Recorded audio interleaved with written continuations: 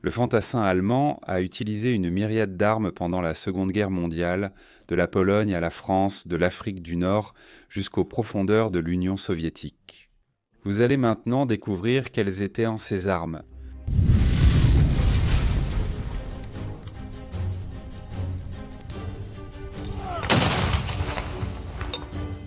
Les différences cloant entre l'armée allemande, qui a commencé la Seconde Guerre mondiale avec l'invasion de la Pologne, en 1939, et la force qui s'est rendue aux Alliés en 1945, les différences sont remarquables.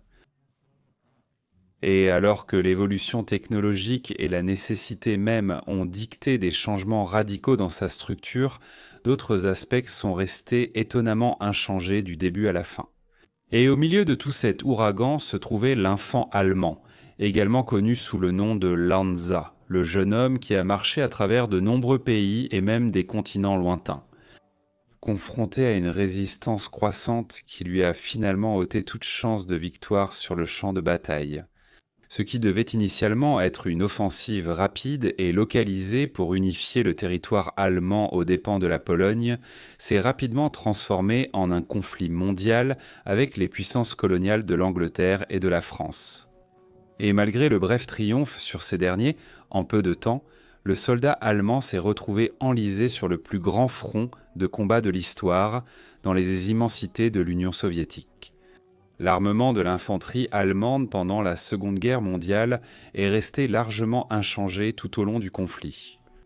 Avec son industrie incapable de se réinventer et d'abandonner les modèles de production d'avant-guerre, tout en présentant des innovations remarquables qui, au grand désespoir de son haut commandement, n'ont jamais été produites en nombre suffisant pour équiper toute l'armée en première ligne.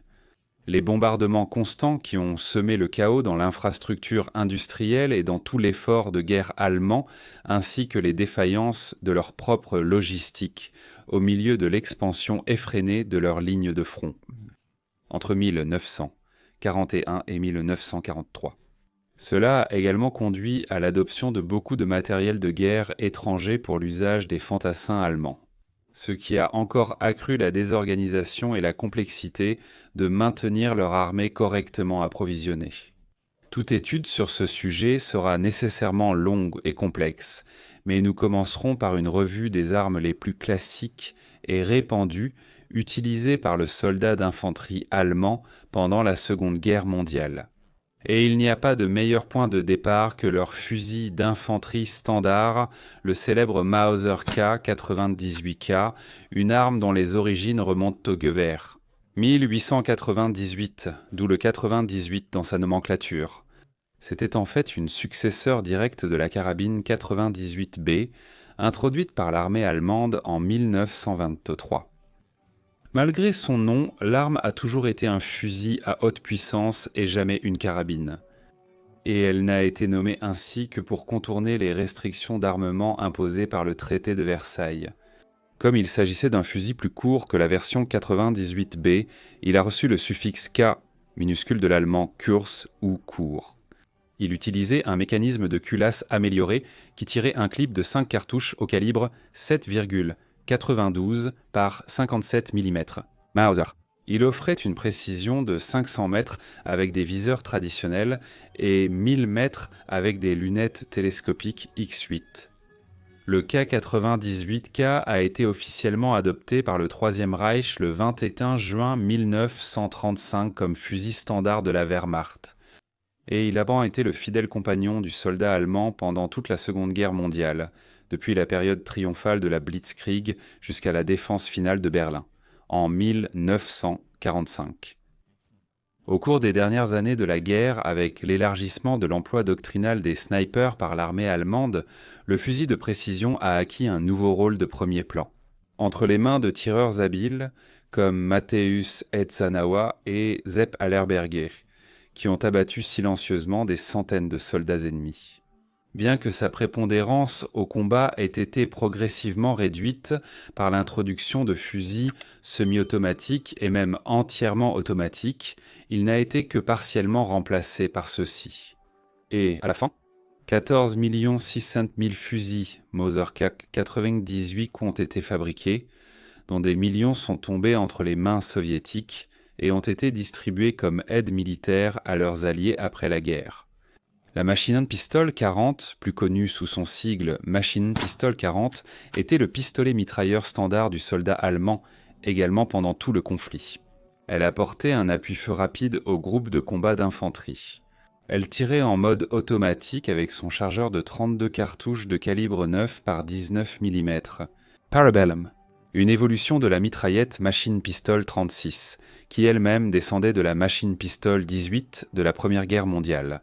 Elle fonctionnait extrêmement bien lors des combats à courte distance, fournissant un volume de feu important qui détruisait facilement les positions ennemies fixes. C'était l'arme favorite des troupes parachutistes et des équipages de blindés, qui l'utilisaient pour repousser les attaques ennemies contre leur position. La Maschinenpistole 40 ne tirait qu'en mode automatique, mais sa cadence de tir relativement basse permettait même des tirs uniques à un soldat ayant un bon contrôle de la détente. Conçue avec des préoccupations économiques à l'esprit, elle était en grande partie composée de pièces embouties, réduisant ainsi l'utilisation de l'usinage lors de la fabrication. Bien qu'elle fût considérée comme une arme fiable, son chargeur représentait son principal point faible, le système d'alimentation simple du chargeur. Contrairement à celui utilisé sur la mitraillette Thompson, américaine, il générait un frottement excessif sur les dernières munitions stockées, qui montait pente et progressivement pour être alimenté dans l'arme. Ce problème provoquait des défaillances occasionnelles de l'alimentation et s'aggravait considérablement en présence de saleté ou de tout autre débris dans le système. De 1940 jusqu'à la fin de la guerre, 1 100 000 de ces mitraillettes ont été produites et elles ont été utilisées par des dizaines de pays dans divers conflits tout au long du reste du XXe siècle, avec quelques rares exemplaires ayant même été aperçus en usage dans la guerre actuelle en Ukraine. Peut-être l'arme d'infanterie allemande la plus emblématique de la Seconde Guerre mondiale, le pistolet Luger P-08 a sa silhouette inimitable définitivement associée à la Wehrmacht sur les écrans de cinéma. Mais son origine est en réalité bien plus ancienne. Développé en 1898 par George Luger, il utilisait un système de réarmement curieux grâce à une pièce communément appelée « genou », fonctionnant en mode semi-automatique. La production en série a commencé en 1900 avec la Suisse comme premier client. Et dans les décennies suivantes, la Luger sont devenus le pistolet de service standard des forces armées du Portugal, de la Bulgarie, de la Bolivie et du Brésil. L'arme n'est entrée en service avec les forces armées allemandes qu'en 1904 lorsque la marine impériale allemande a adopté sa version de la Luger, connue sous le nom de Marine Pistol. En 1904 avec un canon plus long pour améliorer la précision du tir.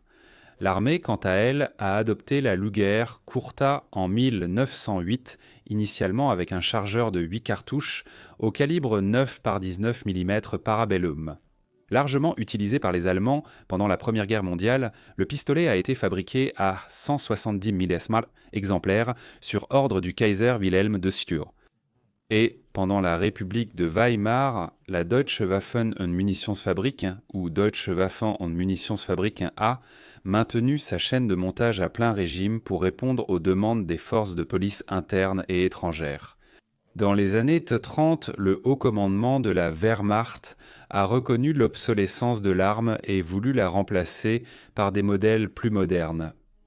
Mais sa production, qui aurait dû être arrêtée en 1938, a finalement été prolongée pour répondre aux besoins urgents de l'effort de guerre. La dernière Luger n'est sortie de la chaîne de montage qu'en décembre 1943. Mais de façon surprenante, juste après la guerre, Mauser a relancé sa chaîne de production de la Luger, sous les ordres des autorités d'occupation françaises, afin de fournir des pistolets aux forces de police françaises. Et en 1946, les Français ont emporté toutes les machines de production du pistolet dans leur pays, poursuivant là-bas la fabrication de plusieurs milliers d'armes supplémentaires. Jusqu'à la fin de la production, en 1953, on estime qu'environ 3 millions de Luger ont été fabriqués. Un autre pistolet curieux à être arrivé entre les mains des soldats allemands pendant la Seconde Guerre mondiale fut le célèbre Mauser C-96, populairement connu sous le nom de manche à balai, en raison de sa poignée en bois caractéristique. Conçue en 1896, elle fut le premier pistolet semi-automatique de combat et possédait un chargeur fixe insolite intégré dans le corps de l'arme.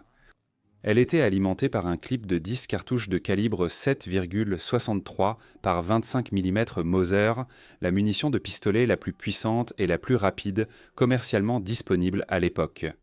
Son long canon lui conférait une portée de tir effective de 200 mètres. Et lorsqu'elle était utilisée avec sa crosse en bois pour s'appuyer sur l'épaule, une pièce qui servait également d'étui rigide. Pour la C-96, l'arme pouvait être utilisée avec la précision d'un fusil à canon de court. Largement utilisée par les Allemands pendant la Première Guerre mondiale, l'arme a été progressivement retirée du service par la Wehrmacht, dans les années 30, sa production ayant été arrêtée en 1937, après 1 100 000 unités fabriquées. Cependant, la Luftwaffe a signé un contrat d'achat de 7 800 armes en 1940. Un montant qui a été entièrement livré à partir de stocks déjà existants. Les besoins de la Seconde Guerre mondiale, cependant, ont prolongé l'utilisation de la C-96 sur le front de bataille. Et plusieurs unités allemandes ont utilisé le pistolet en nombre réduit jusqu'à la fin des combats. En 1945, conçu pour remplacer le célèbre pistolet Luger, la Walther P38 a été acceptée par la Wehrmacht alors qu'elle était encore à l'état de prototype, en 1938. Mais sa production n'a débuté lentement qu'à la fin de 1939.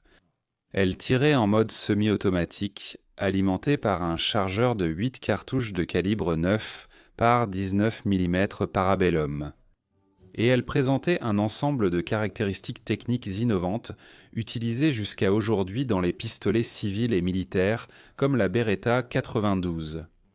Pendant la Seconde Guerre mondiale, l'arme a été fabriquée par 3 usines, et la P-38 a commencé à partager avec la Luger le statut d'arme personnelle préférée des officiers allemands, avec 1 277 680 exemplaires produits jusqu'à la reddition allemande en 1945. Peu après la fin du conflit, cependant, les Français ont ordonné la reprise de la production, avec plusieurs milliers d'exemplaires supplémentaires. Ils ont été assemblés jusqu'en 1946. Ce n'est qu'en 1957, Walther a ressuscité l'arme avec la nouvelle version P1, qui a été largement utilisée par les forces armées de l'Allemagne de l'Ouest pendant des décennies, sa production n'ayant été arrêtée qu'en 2000. Le fusil semi-automatique Gewehr 43 a représenté la plus grande tentative allemande de remplacer le Mauser K 98K à verrou comme fusil standard de son infanterie pendant la Seconde Guerre mondiale. La fin des années 30 a apporté avec elle l'inévitable avancée technologique qui a introduit les fusils semi-automatiques en production, avec en vedette le révolutionnaire M, un garand américain. Les Allemands ont cherché à atteindre cet objectif en commandant à Mauser et à Walther des prototypes de cette arme, ce qui a abouti au complexe fusil Gewehr 41. Sa production a été approuvée, mais les résultats de ces tests en combat ont été extrêmement décevants, l'arme présentant de nombreux blocages. Mais avec le début de l'opération Barbarossa, l'invasion allemande de l'Union soviétique en juin 1941. Divers exemplaires du fusil semi-automatique soviétique Samozariadnaya Vintovka Tokareva 40 sont tombés entre les mains des Allemands et ont été envoyés pour évaluation en Allemagne. Les tests ont montré que le fusil soviétique utilisait un système de piston à gaz à course courte extrêmement simple. Et ce système a été copié et adapté pour être utilisé dans le fusil allemand, donnant naissance au chronomodèle G43 qui est entré en production en 1943. Utilisant un chargeur de 10 cartouches au calibre 7,92 par 57 M Mauser. Le G43 avait une portée de tir effective de 500 mètres qui était portée à 800 mètres lorsqu'il était équipé d'une lunette. ZF4 grossissement N4 pour tireur d'élite. Bien qu'une arme appréciée par les troupes, le moment où elle est entrée en production était déjà désespéré pour l'Allemagne. Et le G43 n'a jamais réussi à remplacer le fusil à verrou. Le Mauser affichait à la fin de la guerre, en 1945, un nombre de production de 400, 2713 exemplaires. Après la guerre, le G43 est resté en service pendant de nombreuses années en Tchécoslovaquie, ainsi qu'auprès des troupes frontalières et de la police de l'Allemagne de l'Est. Et au Brésil, une version locale a même été produite par un Bel sous la dénomination M954 Mousqueton entre 1954 et 1964. Le Fallschirmjägergewehr 42, plus connu sous le sigle Fallschirmjägergewehr 42, était un fusil de bataille automatique. Introduit en 1942 pour être utilisé par les parachutistes allemands au combat. Considéré comme l'un des modèles d'armes les plus avancés de la Seconde Guerre mondiale, le Fallschirmjägergewehr 42 combinait les caractéristiques et la puissance de feu d'une mitrailleuse légère, tirant en mode automatique dans un corps plus léger et un peu plus court que le fusil standard d'infanterie, le Mauser K 98K, utilisant la même munition que celui-ci, le calibre 7,92 par 57 mm Mauser. Présentant une bonne précision avec une portée de tir effective de 600 mètres, c'était néanmoins une arme loin d'être parfaite. Son chargeur de 20 cartouches, fixé sur le côté, avait tendance à déséquilibrer l'arme et, associé à la forte puissance du projectile Mauser, rendait les rafales pratiquement incontrôlables. Le problème a été atténué par un système complexe qui aidait à contrôler le recul des nants de tir. Mais le Fallschirmjägergewehr 42 avait dans son sélecteur de mode de tir son meilleur atout et les parachutistes avaient tendance à préférer le mode de tir semi-automatique. Déployé pour sauver Mussolini au Grand Sasso en septembre 1943, l'arme fut ensuite largement utilisée durant la campagne de Normandie. En particulier avec la 2e division parachutiste, qui a utilisé environ un quart du total des Fallschirmjägergewehr 42 produits. La production de cette arme complexe a été un véritable défi pour l'industrie de guerre allemande, affaiblie des dernières années du conflit, et ce, jusqu'à la reddition. En 1945, seulement 7000 exemplaires avaient été fabriqués, n'atteignant jamais un nombre suffisant pour équiper toutes les unités Fallschirmjäger. Le Sturmgewehr 44 ou STG 44 est considéré comme le premier fusil d'assaut opérationnel de l'histoire. Il a été introduit en 1943 sous la nomenclature Maschinenpistole 42 ou Maschinenpistole 43. Sa présence sur le champ de bataille a choqué les ennemis du Troisième Reich, car pour la première fois, un fusil d'infanterie était capable de tirer des rafales précises en mode automatique. Cela était dû au fait que l'arme utilisait une munition à puissance réduite, de calibre 7,92 x 33 mm Kurz, ce qui réduisait drastiquement le recul des tirs. Avec un chargeur courbe de 30 cartouches, le STG-44 avait une précision maximale de 300 mètres en tir automatique et de 600 mètres en mode semi-automatique. Cette capacité était idéale pour accroître la puissance défensive des petites unités d'infanterie allemandes lors des combats sur le front de l'Est qui, dans la phase finale de la guerre, faisaient face à des attaques soviétiques fréquentes. Ainsi, ils imposaient un coût bien supérieur à l'armée rouge. Sa production a été extrêmement difficile en raison de sa complexité et de son coût, mais la priorité absolue a été donnée à cette arme. Et au final, 425 977 exemplaires avaient été fabriqués. Le Sturmgewehr 44 a été distribué en priorité aux unités d'élite de la Waffen-SS et de l'armée allemande, principalement sur le front de l'Est. Mais il est arrivé en nombre important sur le front de l'Ouest, fin 1944, avec quelques exemplaires ayant même été distribués aux troupes allemandes qui défendaient le nord de l'Italie. Après la guerre, le fusil a été évalué par les Russes et la présentation du légendaire Avtomat Kalachnikov 47, seulement 2 ans après la fin du conflit, a suscité un débat sans fin sur le degré d'inspiration que l'arme soviétique a tiré de l'original allemand. Alors, tu veux qu'on continue cette liste des armes allemandes ? Avec grenades, mitrailleuses, mortiers et lance-flammes. Dis-le simplement en commentaire. Tu as aimé notre contenu ? Eh bien, si tu as aimé cette vidéo, n'oublie pas de la partager avec tes amis. Mets-nous aussi un petit pouce bleu et abonne-toi à la salle de guerre pour ne rien rater. Je vais m'arrêter là. Merci encore pour ton audience. Et une grande accolade de la salle de guerre.